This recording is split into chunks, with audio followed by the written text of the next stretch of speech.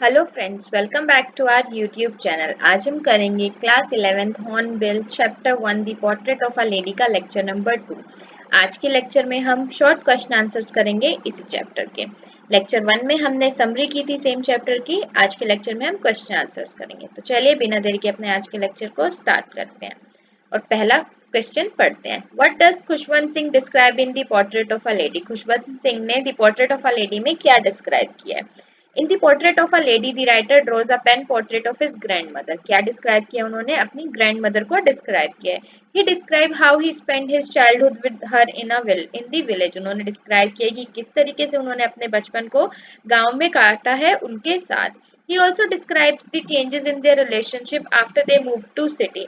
उन्होंने यह भी डिस्क्राइब किया कि कैसे उनके रिलेशनशिप में चेंज आया जब वह शहर में आकर रहने लगे। तो क्या बताया उन्होंने पोर्ट्रेट ऑफ द लेडी में? अपनी ग्रैंडमदर के बारे में बताया। अपनी ग्रैंडमदर और के साथ उनका कैसा रिलेशनशिप था वो बताया और उनकी रिलेशनशिप ने कैसे कैसे उतार चढ़ाव देखे उसके बारे में बताया है।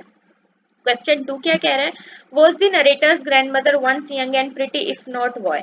क्या नरेटर की ग्रैंडमदर कभी सुंदर और खूबसूरत हुआ करती थी? अगर नहीं, ऐसा क्यों? It was hard to believe that the narrator's grandmother was once young and pretty, as he had always seen her as a old lady with wrinkled face. ये यकीन कर पाना बहुत मुश्किल था ग्रैंड नरेटर के लिए कि उनकी ग्रैंडमदर एक टाइम पे बहुत ही सुंदर और खूबसूरत महिला हुआ करती थी। ऐसा क्यों था? क्योंकि उन्होंने हमेशा उनको झुर्रियों भरे फेस, व्हाइट हेयर्स के साथ ही देखा है लास्ट 20 ईयर्स से। She look the same for the last 20 years से, और वह सेम टू सेम लगती हैं लास्ट 20 ईयर से, पिछले 20 साल से अभी तक उनमें कोई भी चेंज नहीं आया है। नेक्स्ट क्वेश्चन क्या कह रहा है? Why did the grandmother keep one hand on her waist? Grandmother अपना एक हाथ अपनी कमर पर क्यों रखती थी? The grandmother was very old. जो ग्रैंड मदर थी वह बहुत बुजुर्ग थी। शी वॉज स्लाइटली बेंड, वह थोड़ा झुकी भी हुई थी। And had to keep one of her hand on her waist to balance her stoop, और वह अपने एक हाथ को अपनी कमर पर इसलिए रखती थी ताकि वह अपनी कमर को क्या दे सके, थोड़ा सा बैलेंस कर सके। क्वेश्चन नंबर 3 क्या कह रहा है? Explain old so terribly old that she could not have grown older. Explain करो कि आपके चैप्टर में एक लाइन है old so terribly old that she could not have grown older. इसमें नरेटर क्या कहना चाह रहा है? नरेटर कहना चाह रहा है the grandmother looked extremely old. Grandmother बहुत ही ज्यादा बुजुर्ग लगती थी। शी वॉज स्लाइटली बेंड, वह थोड़ी मुड़ी हुई थी, झुकी हुई थी। एंड हैव रिंकल्ड फेस, और उनके फेस पे क्या थे? रिंकल्स थे, झुर्रियां पड़ी हुई थी। She couldn't have grown older anymore, वह इससे ज्यादा बुजुर्ग नहीं हो सकती थी। She look the same terrible old lady for the last 20 years, और वो पिछले 20 साल से सेम ही लगती थी राइटर को। क्वेश्चन नंबर 5 क्या कह रहा है? How could the grandmother B beautiful without being pretty? कि कैसे ग्रैंडमदर को नरेटर ने ब्यूटीफुल तो बोला है लेकिन प्रिटी नहीं बोला, ऐसा क्यों किया गया? The narrator hasn't look her young and pretty as she look the same terrible lady for the last 20 years to him. क्यों नरेटर ने उनको कभी यंग और प्रिटी देखा ही नहीं? उनको पिछले 20 साल से वह जैसी दिखती हैं वैसी की वैसी ही है। But she had a divine beauty in her, लेकिन उनमें एक अंदरूनी सुंदरता थी। Her noble qualities gave her a spiritual beauty. उनकी जो नोबल क्वालिटीज थी ना, जैसे चिड़ियाओं को ब्रेड खिलाना, गांव के डॉग्स को चपाती देना, ये सब चीजें उनको क्या बनाती थी? उनको बहुत ही ज्यादा खूबसूरत बनाती थी। इसीलिए राइटर ने अपनी ग्रैंडमदर को ब्यूटीफुल बोला लेकिन प्रिटी नहीं बोला।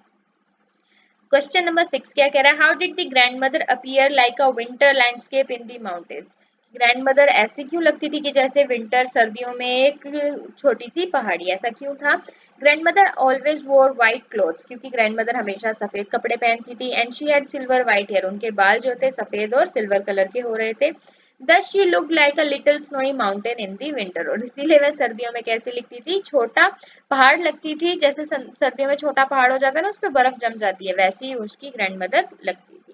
तो उन्होंने अपनी ग्रैंडमदर को किसके साथ कंपेयर किया? विंटर के लैंडस्केप के साथ in the mountains. Next question क्या कह रहा है? How are the grandmother and the narrator good and intimate friends? कि कैसे ग्रैंडमदर और नरेटर अच्छे दोस्त थे। Narrator has spent all of his childhood with her before moving to the city with his parents. Narrator ने अपना पूरा बचपन अपनी ग्रैंडमदर के साथ बिताया था अपने और उनके शहर में आने से पहले। She walk him up early in the morning, वह उसको सुबह उठाती थी, उनको स्कूल के लिए तैयार करती थी। She give him breakfast of stale bread, उनको ब्रेड देती थी, उस पर थोड़ा सा मक्खन होता था और चीनी होती थी। She also accompanied him to his school, वह उसको स्कूल तक भी छोड़ने जाती थी।